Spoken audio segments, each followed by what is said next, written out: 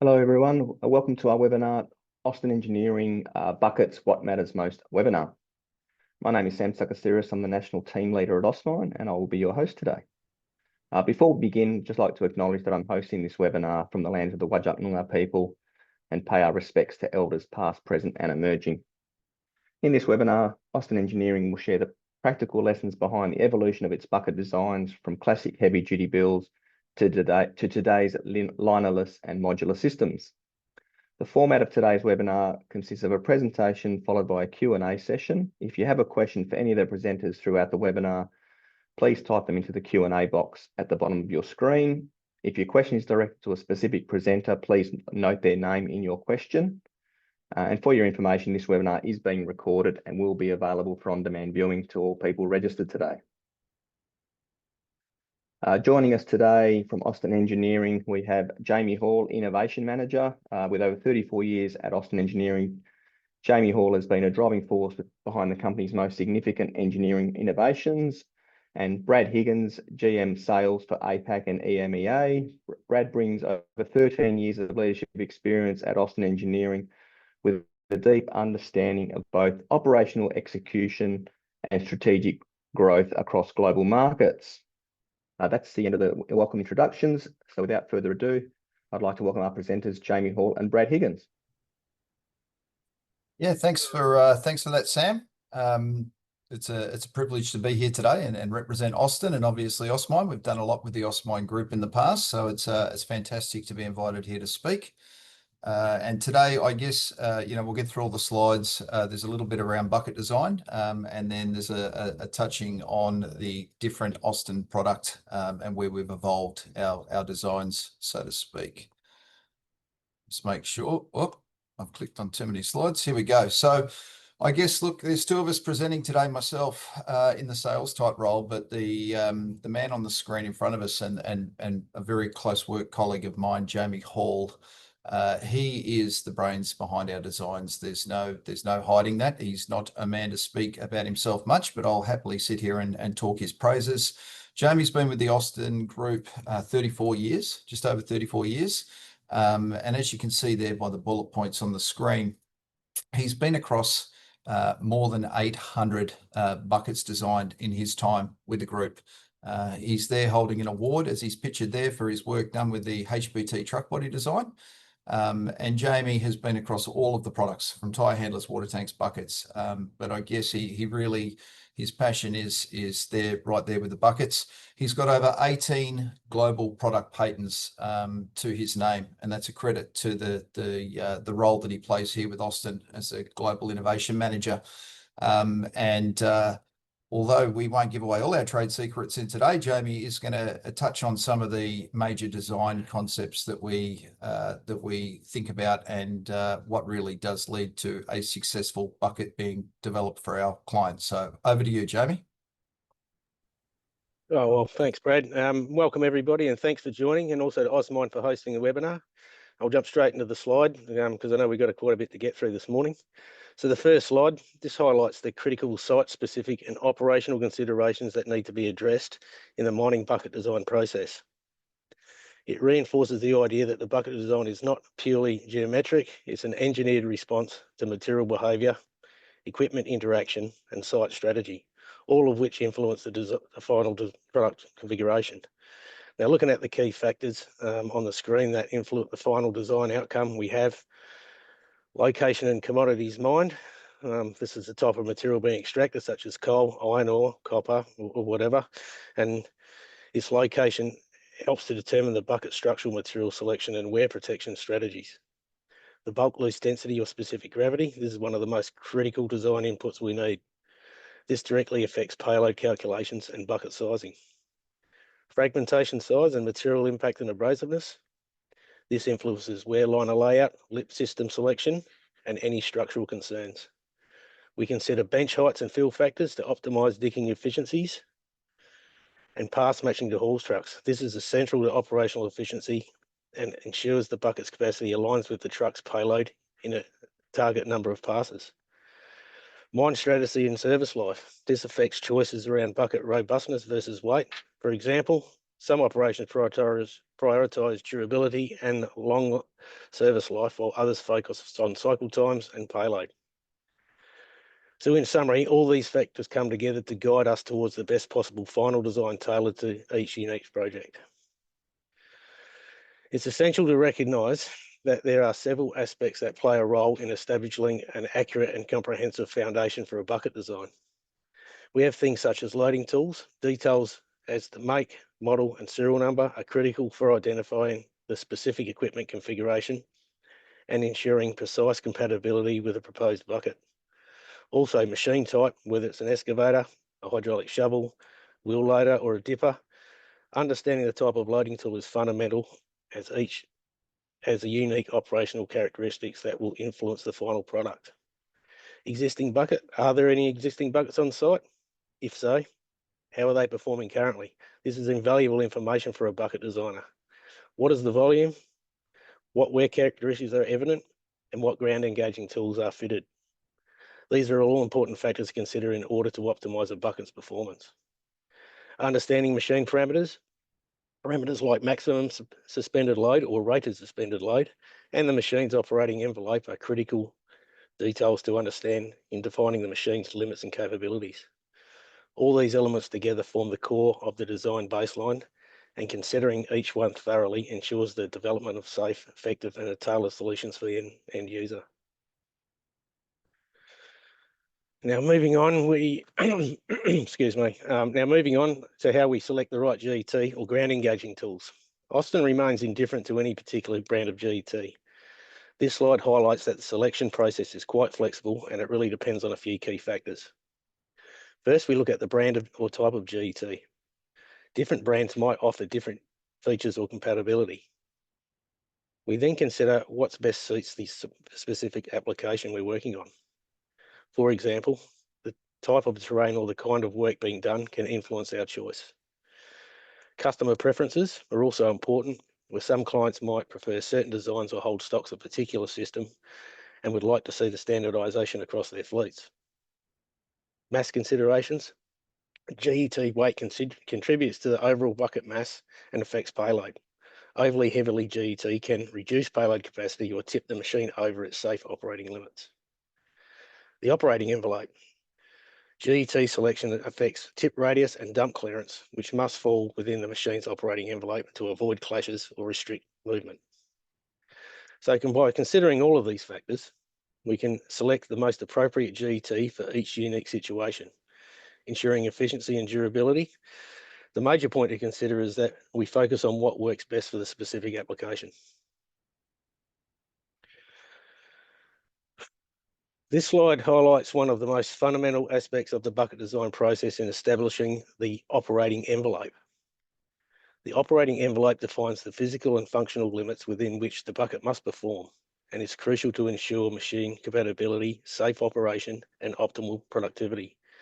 By carefully considering parameters such as width, height, depth, machine attachment points, tip radius, and range of movement, our clients can ensure the bucket is fully integrated with the host machine's kinematics, will be free from machine component clashes, and complies with OEM operating standards. Thanks, Jamie. Just jump on. Thanks, Jamie. I guess this slide here, just following on from what Jamie's just spoken about, this bucket on the screen is a classic example, and we've got a case study of this bucket further on in the presentation, so I won't touch on it too much now. But I guess all of the design parameters that Jamie has just spoken about really comes down to that relationship with the client. So as you can see by the bullet points on the slide here, realistically, the closer we are to the end user, and we've got a lot of educated end users out there at the moment, and there's a lot of data driven from these attachments that help, plan out mine strategies and future dig sites. For us, I guess the message that we want to get across is the more transparent we are with our, transparency from both ways between Austin as the customized attachment provider, in this case on buckets, the more frontline insights we get from the guys that are actually swinging the tools out there, doing the maintenance, the people pulling the levers, operating the equipment. Now, the more information and data that we have there, it allows our engineering team to really look and model the right outcome for you with your particular bucket. So more foresight, closer relationships, and then we can bring you along for that journey and model the attachment to really suit your mine strategy and optimize both the bucket and the match to the hauling fleet as well. Okay. This slide here sums it up pretty simply. A lot of people think, you kind of get a payoff between productivity and payload and reliability and longevity. And in some cases, that is true in those really kind of harsh digging environments. I guess what we focus on here from Austin is we want you to get the most out of your asset. So for us, it's all about the total cost of ownership, that little white square or triangle diamond shape in the middle there. So on the right-hand side of on the left-hand side of the screen there, you can see that we've got a linerless Liebherr bucket there. That bucket there was quite a heavy-duty bucket shell. So a 50 mil bucket shell on that particular bucket, that's done over 17,000 hours maintenance free. So the customer wanted a productivity increase, and they wanted a bucket that would meet the operational needs that they had for that site. But they also wanted it to go a certain distance, and we were able to achieve that. So hence the reason why it's not always, about a heavy liner and there's a trade-off there. There is not if we're closer to the end user and understand their requirements. On the other side, there's a face shovel there. You can see it's an old photo there with a whole heap of liners all over it in that particular application. And that bucket there was operating in a highly abrasive mining operation. And there was the need for, longevity. They wanted that bucket to go the distance. So we were able to think about the wear package that we applied, think about the shapes, think about the sizes, think about ease of maintenance. But I guess on this slide here, again, typically, productivity is what we're all there to do. We're there to make these attachments more efficient, dig better, dig faster, better fill factors matched to your haul fleet. On the flip side, we are also able to make them go the distance. And for us, it is all about that total cost of ownership for you to really get bang for buck when you invest your money with Austin on a mining attachment. Okay, and this slide here basically covers what we touched on the last slide. So we can design, again, understanding the fragmentation, the operational needs of that attachment. We can build for wear. So even though we're going to be talking a lot about linerless buckets today, we can scale up or scale down the particular bucket. And we'll talk about 3 later on in the slides, but we can scale up the thickness of the shell. We could look at how we armor that. We can look at the design of that bucket for it to go a certain life expectancy before a refurb. And then we also think about the ease of maintenance. So we understand that there's a lot of challenges with doing refurbishment type work on a mining site, and we try and factor that into our overall design. Okay, over to you, Jamie, in regards to the structural integrity of the bucket. Yeah, thanks, Brad. So when designing for structural integrity and longevity, it's essential to evaluate the overall load-bearing capacity and resilience against operational stresses and wear.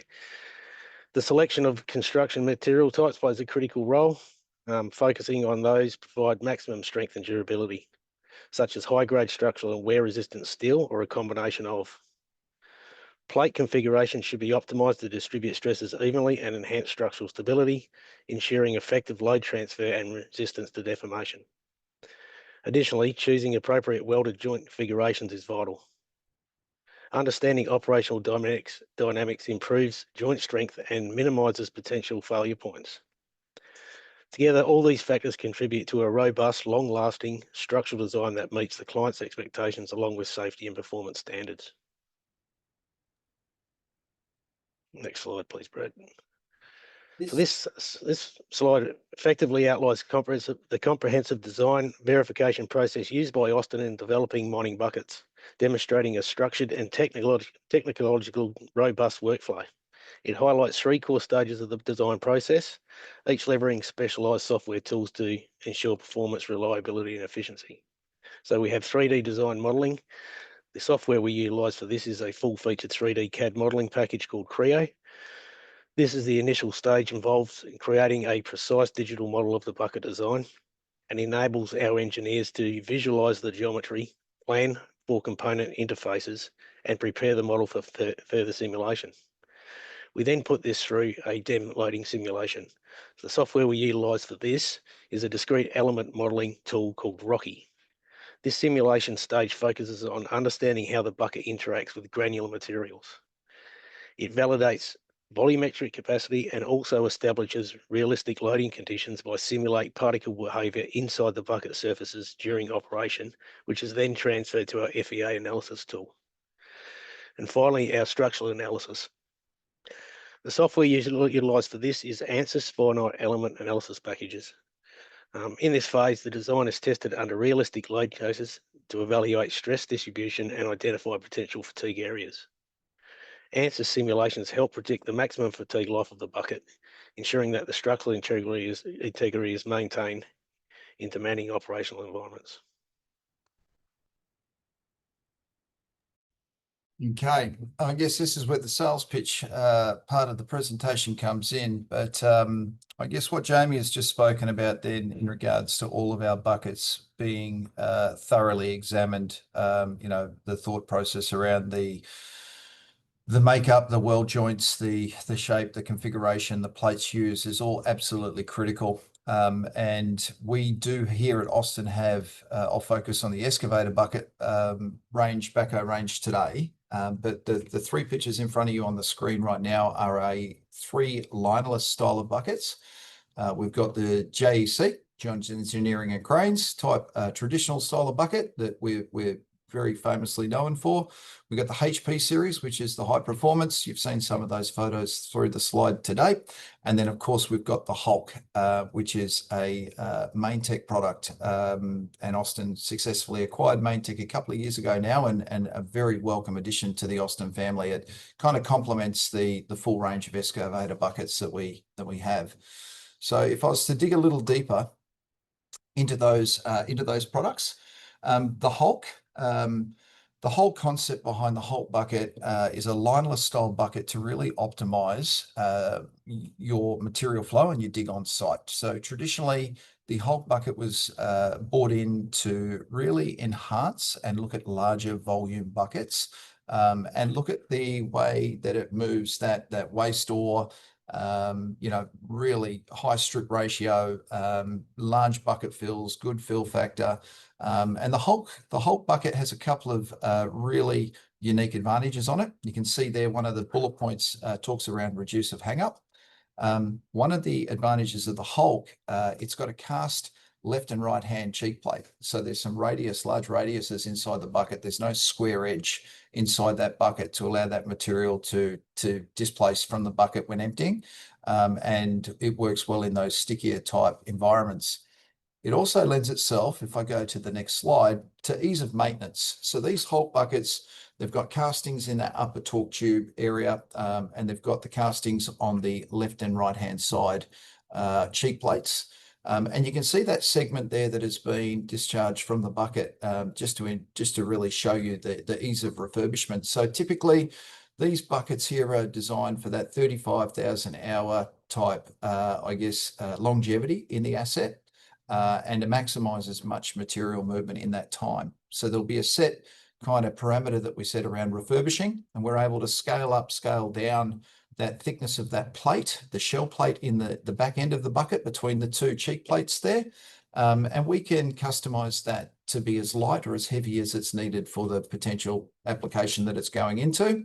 And obviously work within that RSL of that machine that Jamie had spoken to. So maximize the size of the bucket, work within the RSL of the machine, maximize that fill factor, and the benefit of those castings on either side and the ease of refurbishment really lends this to those customers that want that high performance dig bucket. They're happy to take the bucket off and do that ease of, quick turnaround maintenance style regime on the bucket and get it back into production. So linerless bucket, it does have some of those green hockey sticks and boomerangs in the high weld areas to help protect some of the weld zones and those corner pieces that you traditionally see wear in. But all in all, this is a a non-fuss, high production, move dirt, take it off, refurb it quickly and get it back to work style of bucket. Just go to the next slide. Okay, the JEC HPX. So this bucket here, again, very unique. The Hulk has the castings on the left-hand side and the right-hand side. This is a truly completely fabricated out of quenchins tempered steel bucket. So we got a little bit more, I guess, flexibility in the shape of the bucket. And we typically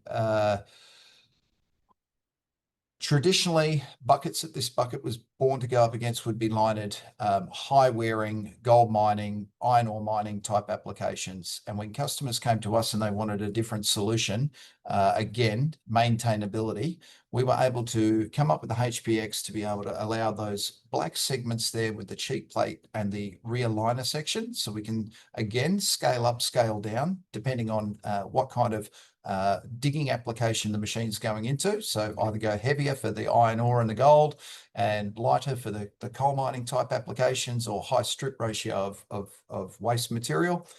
You can see the red segment at the top there.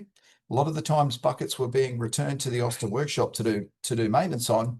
And we would typically see in other buckets out there on the market, you'd see a lot of cracking in those type areas up in those top hinge sections. So we've got a robust kind of top hitch connection plate that doesn't need much maintenance because it's built tough. And then you can see that light gray skeletal frame, and that is quite a thick structure, again, suited to the application. But because it's a fabricated bucket, you get the flexibility of being able to control the curvature and the shape of the bucket. And you also get the ease of maintenance style. So again, this can either be taken off site, sent down to a refurbishment facility where we can quickly chop and change some cheek plates and some liners, or alternatively, you can fabricate a whole new basket bottom section where it's just take it away from the top red section, weld it on and get it back to work as quickly as possible. So a bit of best of both worlds with the HPX. And then, of course, I guess the heading says it all here.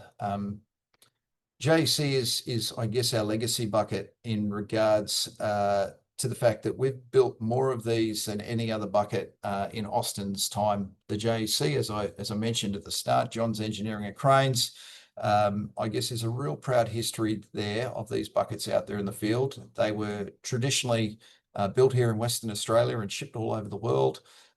They're hardy, they're tough. We have also got a lineless bucket. That bucket that you've seen earlier on in the piece on the Liebherr machine is a 10-year-old JEC lineless bucket that's still out there performing. And you can see the blue section there, very easy to cut that segment away, replace that bottom section, that basket. We also see customers that want wear packages attached, very easy to create a wear package to suit this bucket, to suit different applications when the mining gets tough. But this one here, Jamie's pretty much single-handedly had a finger in all the designs of these buckets that have left the Perth workshop. And I'm proud to say that some of these buckets out there in the field, we still come across buckets that have been out there for over 20 years and they're still going around and getting refurbed. So very long, proud history of this bucket. And the JEC does not need to always be a linered bucket. We're getting great success rate with lineless. As well as our bucket range, we go into the underground. So the case study that I mentioned at the start and getting to know our customers and understanding our customers' need, this is a little bit of a case study. So this is an RH or an R3000 underground cat loading machine, bogger. This bucket here, the customer came to us, he was quite educated and he knew exactly what he wanted. And he came to us with a couple of, design considerations. Number one, he was adamant with the GET that he wanted to use. There was some castings that needed to be used in the corner. There were some safety design features that he wanted captured in regards to how he handled these buckets. This was a block cave gold mining application. This customer here wanted to extend. He had a series of these machines on site and he wanted to go past a 5,000 hour maintenance interval. He was seeing that the bucket that he was using on the machine, first fit, was getting to 5,000 hours, and some of them weren't quite getting there, and that was where his large maintenance interval was. And he came to us and he threw a challenge to us, and he said, I want to see these buckets go 10,000 hours. We weren't allowed to budge with the volume on the bucket. It had to be 10 cubic meters. So we had to maintain a 10 cubic meter bucket. And we worked with this customer week in, week out for a month or two, until he was happy enough to go to production. Now, the result of that and the transparency with this customer, including hours and hours of operational video of how the machine performed, we were able to give him a bucket that not only met the 10,000 hour maintenance free, but it surpassed that, and they were getting to 12,000 hours maintenance free. Other than changing the GET, they were able to get this bucket to that sort of life expectancy. It is a linerless bucket. We were able to meet the capacity that the customer wanted, and we were able to give them a 20% productivity gain just on the way the material flowed in and out of this bucket. So their cycle times were faster. They were going in once clean, they were picking up the material, and they were being able to move out. So I guess the point here is the gains, the numbers that we've got on the screen are factual. We were able to work very closely with the customer. That is the reason why people come to an aftermarket customized, attachment provider. And going through understanding the challenges and getting to know what the customer wanted, we were able to not only achieve that, but we were able to surpass that. And that was with a full linerless design. So absolute credit to Jamie. Privileged to be a part of this project, and a privilege to see that these buckets have continued on for that customer out there in the field. Now, of course, we not only supply the buckets, but we have a full range of pins and parts.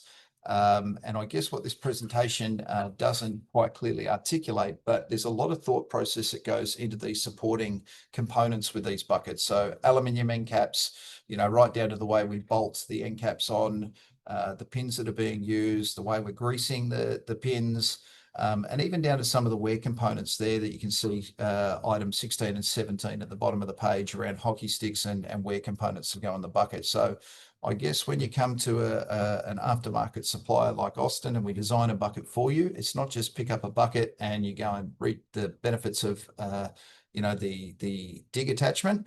It's around all those supporting components as well. And we also have a whole heap of safety stands and bits and pieces through our main safe support function, where we can actually give you some tooling and some safety parameters to be able to change those components out. So this is pretty standard dealing with Austin. You get a full parts map on any of those components that we supply.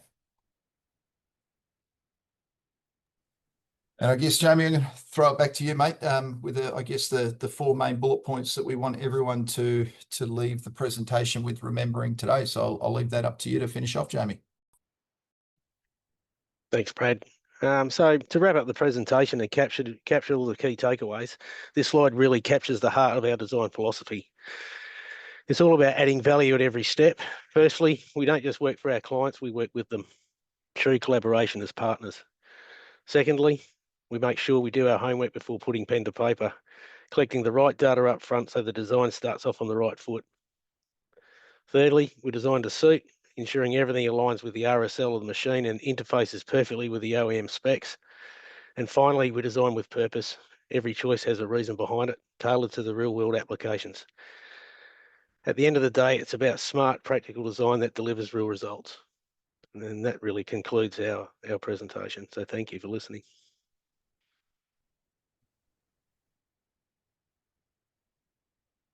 Thank you very much, Brad and Jamie. Some amazing innovation from a great success story for both Western Australia and internationally as well. It's now time for the Q&A. If you haven't already submitted a question, please use the Q&A button at the bottom of your screen. And I do have a couple of questions that have come through.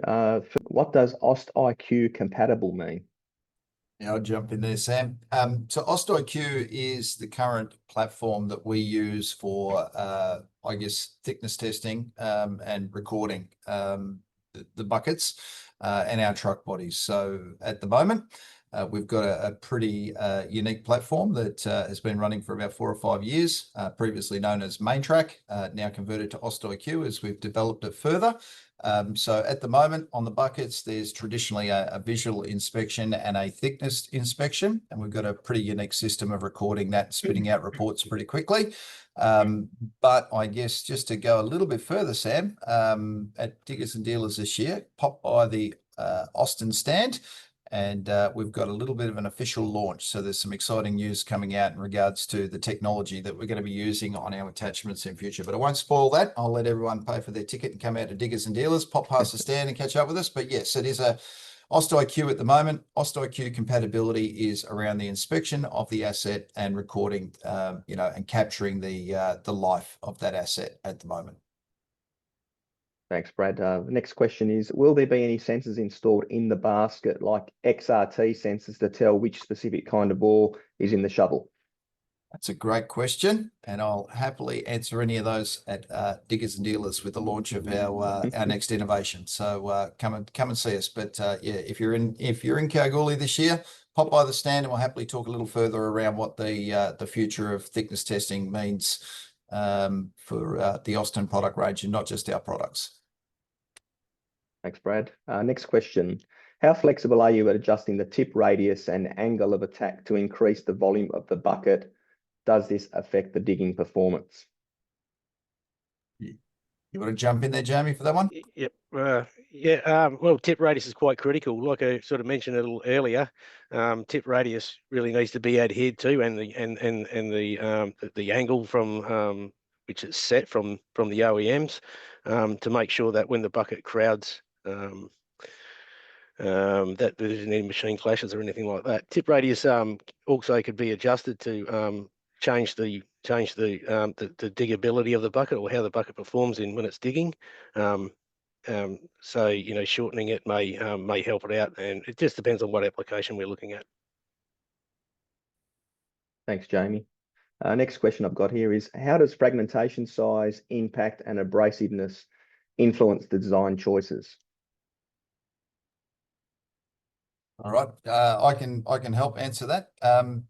Again, it's getting to understand fragmentation. I mean, if we're filling buckets with Land Cruiser size rocks all the time, your fill factor's not going to be 100% every single time. But I guess more to the point, Sam, is if we can understand what the current and future dig are, we kind of the commodity, the fragmentation, to where over a period of time. It's about understanding the full dig cycle before we go and create that asset, that bucket, create that. There's a lot of I guess design concepts that go across all three of those, but they're a huge factor. I guess it gets back to that density, like Jamie spoke about at the start, to understanding right at the start, getting the right. Anyone can go and scan a bucket tomorrow and come up with a bucket to try and suit one application, but ours are more customized to suit the particular commodity and dig.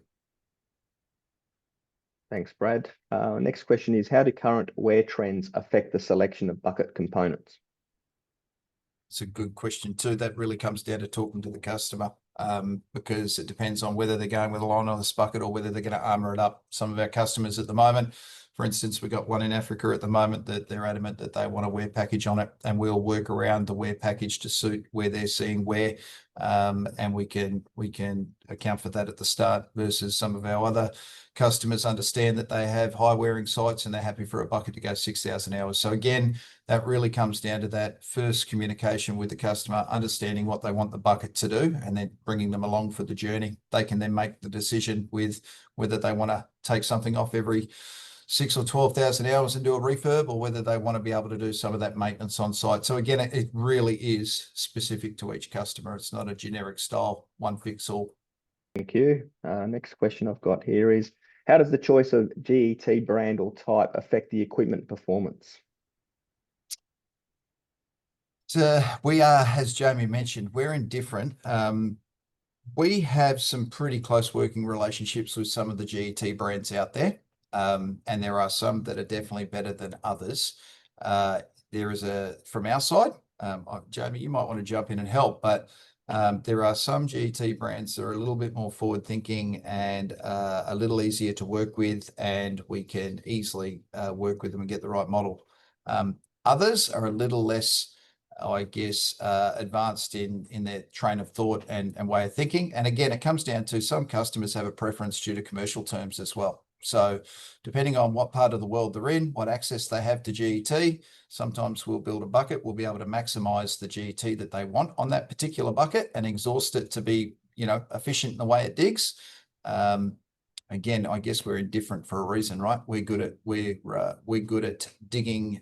We're good at working out the right attachment and the right shape attachment for that machine. We'll work with whatever GET that we're kind of given, but we don't have a personal preference. Yeah, I might add a little bit to that too, Brad. The bucket designers and GET utilises obviously around the application too. That's a big driving factor as well. If it's a loose stockpile type arrangement, then you're going to have a whole lot lighter GET than what you are if it's in a heavy rock environment, as you can sort of see in the background there. GET selection it really depends on the data and the application. Next question. In regards to the HPX excavator bucket design, what are the advantages of that in reducing the dig cycle times? That depends if we size it right in the first place and make sure we work directly with the customer to truly understand what they want. We've had a great win with a specific contractor this year in Africa at Indaba. It was nice to hear the end user actually walk up to our stand and say single-handedly the pass matching of our HPX bucket to the Ultima truck body that was supplied at a particular gold mine in the north of Africa was one of the single biggest benefits that they've seen, and they finished a contract early. So again, I guess it comes down to understanding, as Jamie mentioned at the start, understanding the challenges faced.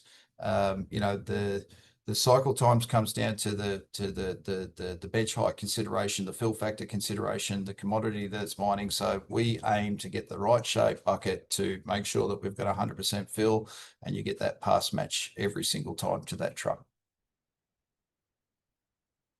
Thank you, Brad. Next question. What makes the HPX excavator bucket quick to refurbish? Go off mute again. It's those panels. So you can remove the internal liner or the external or the internal cheek plates, left and right. The cheek plates don't always need to be done, but we would have a pre-rolled liner ready to rock and roll at the refurbishment center for when it comes down. It has the liner cut out, inserted, and quickly weld up. So there's a lot of considerations given in regards to the ease of access to remove in regards to the weld joint. And there's obviously the ability to prefabricate those parts to cut down on that time frame when it does come back to the workshop to be able to refurbish. Thanks, Brad. I've got one more time for probably one more. Why is the superior wear life important in bucket design? Because you don't want any unscheduled downtime. So if you have a attachment hanging on the front of your machine, the last thing you want is that machine to stop because of a bucket hold up. So obviously, other than changing out the lip shrouds and the teeth on the front of that machine, which is kind of given, if we build a bucket that says it's going to go a set period of time, we want it to achieve that. Now, the other side of that, we don't want it to, be over-engineered that it's super, super heavy and can easily surpass that. Is a balance, right? That comes back to that slide around total cost of ownership, about giving you maximum productivity, getting the absolute best dig, and making sure that the thing that's hanging off the front of your digger is, I guess, I wouldn't use the word light, but is designed to enhance that machine. You want that machine operating at optimum efficiency. The last thing we want is a machine to go down for bucket repairs. Typically, welding, hot work, high risk in the pit. That's the last thing we want. We build a bucket to go a certain design period. And one of the first things that we'll ask our customers is, what is your maintenance intervals, or what do you want your maintenance intervals to be? And we start from there and work backwards. So we don't want any unnecessary downtime on an Austin product because of we didn't consider it in the design phase at the start. So that is absolutely key. Giving you a bucket that is efficient, gives you the dig, and meets a certain maintenance criteria, so you don't have unnecessary downtime maintenance events in the field during operation. Thanks, Brad. I've got one more that's popped up. How do you validate the fill factors and cycle time improvements achieved? Jamie, you want to talk about that with the analysis we do? Yeah, validation of fill factors, bucket volumes. We quantify through our DEM software, as we'd already mentioned. We also do have some trials on, well, we do conduct trials when we put a new product out in the field. We try to match the bucket or the new style of bucket alongside something that we know is digging and in the same area, and then we can engage some of those efficiencies through that. The DEM analysis too, it's not just about filling and getting bucket volume validation. It's also putting the bucket through a particle set, and then measuring the forces on the bucket theoretically to see whether we get percentage increases or decreases in inefficiencies. And we can relate that straight back to what the cycle times could be. Thank you, Jamie. Thank you, Brad. That's all time we have for questions today. So that concludes our webinar. I'd like to give a big thank you to Jamie and Brad for sharing their expertise today. And thank you to everybody who attended. As I mentioned before, this is being recorded, and we will send everybody who's registered the link to this video, which will go up in the next couple of days. If your question wasn't answered, please send it through and we'll get it through to the guys at Austin. Look forward to welcoming you to the next AustMine webinar. Enjoy the rest of your day. Thanks, Sam. Thanks, team.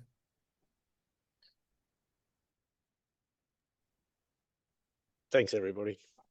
Thanks, gents.